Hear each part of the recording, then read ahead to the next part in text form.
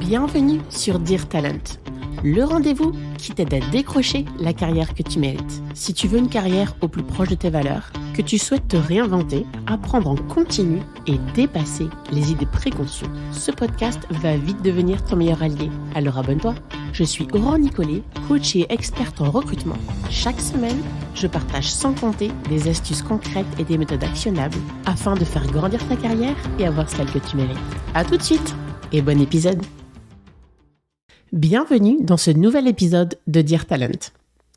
Ça y est, après avoir postulé, après être passé à travers le processus d'entrevue, l'entreprise vous a choisi et vous l'avez choisi en retour. Alors que l'on pourrait penser que le plus dur est maintenant derrière nous, on se rend compte assez rapidement que ce n'était en fait que la partie émergée de l'iceberg.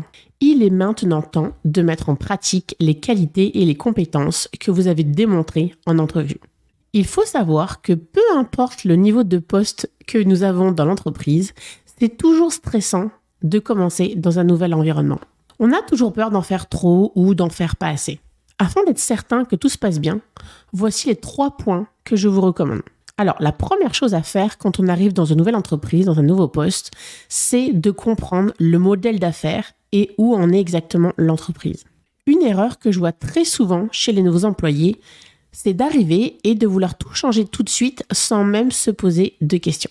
Je sais très bien que cela part évidemment d'un bon sentiment qu'ils veulent vraiment bien faire et apporter de la valeur ajoutée tout de suite. En revanche, il n'y a rien de pire qu'une nouvelle personne qui arrive dans l'entreprise, qui ne connaît pas le contexte des équipes, qui ne connaît pas la vision de l'organisation et qui n'a même pas d'historique des décisions prises dans le passé et qui veut tout changer. Il existe différents stades de maturité d'une entreprise et le changement d'une étape à une autre ne se fait pas en un jour. Voici ce qu'il faut faire pour mieux comprendre où en est exactement l'entreprise. D'abord, il faut observer. Observer pour mieux comprendre quelles sont les différentes forces qui s'animent dans l'entreprise, de faire ce qui vous est demandé sans jugement, juste pour pouvoir comprendre le bon fonctionnement. Ensuite, il faut poser des questions. Poser des questions pour mieux comprendre les choix qui ont été faits et pourquoi ils ont été faits. Ensuite, prenez des notes. J'insiste vraiment sur ce point-là parce qu'il y a encore trop de personnes qui vont poser plusieurs fois les mêmes questions car ils ne prennent pas de notes. Et c'est quelque chose qui ne fait pas vraiment bien.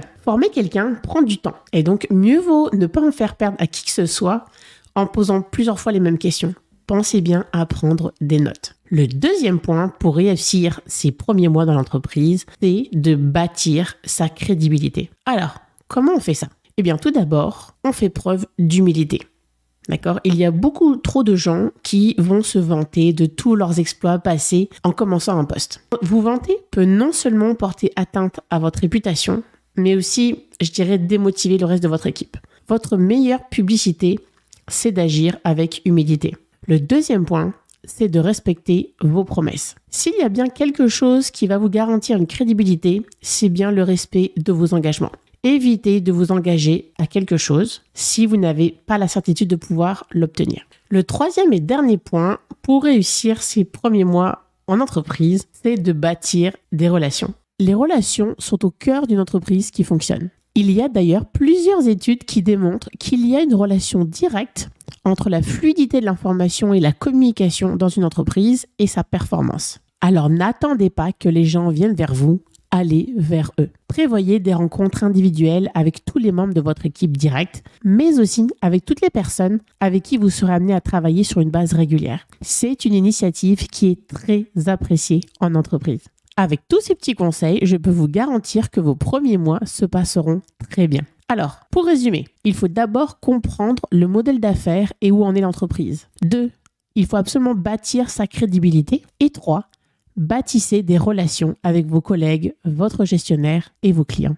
Cet épisode est maintenant terminé. Je vous souhaite une belle semaine et on se dit au prochain épisode. Si tu as aimé cet épisode, tu peux le partager ou lui laisser 5 étoiles sur Apple Podcast ou Spotify.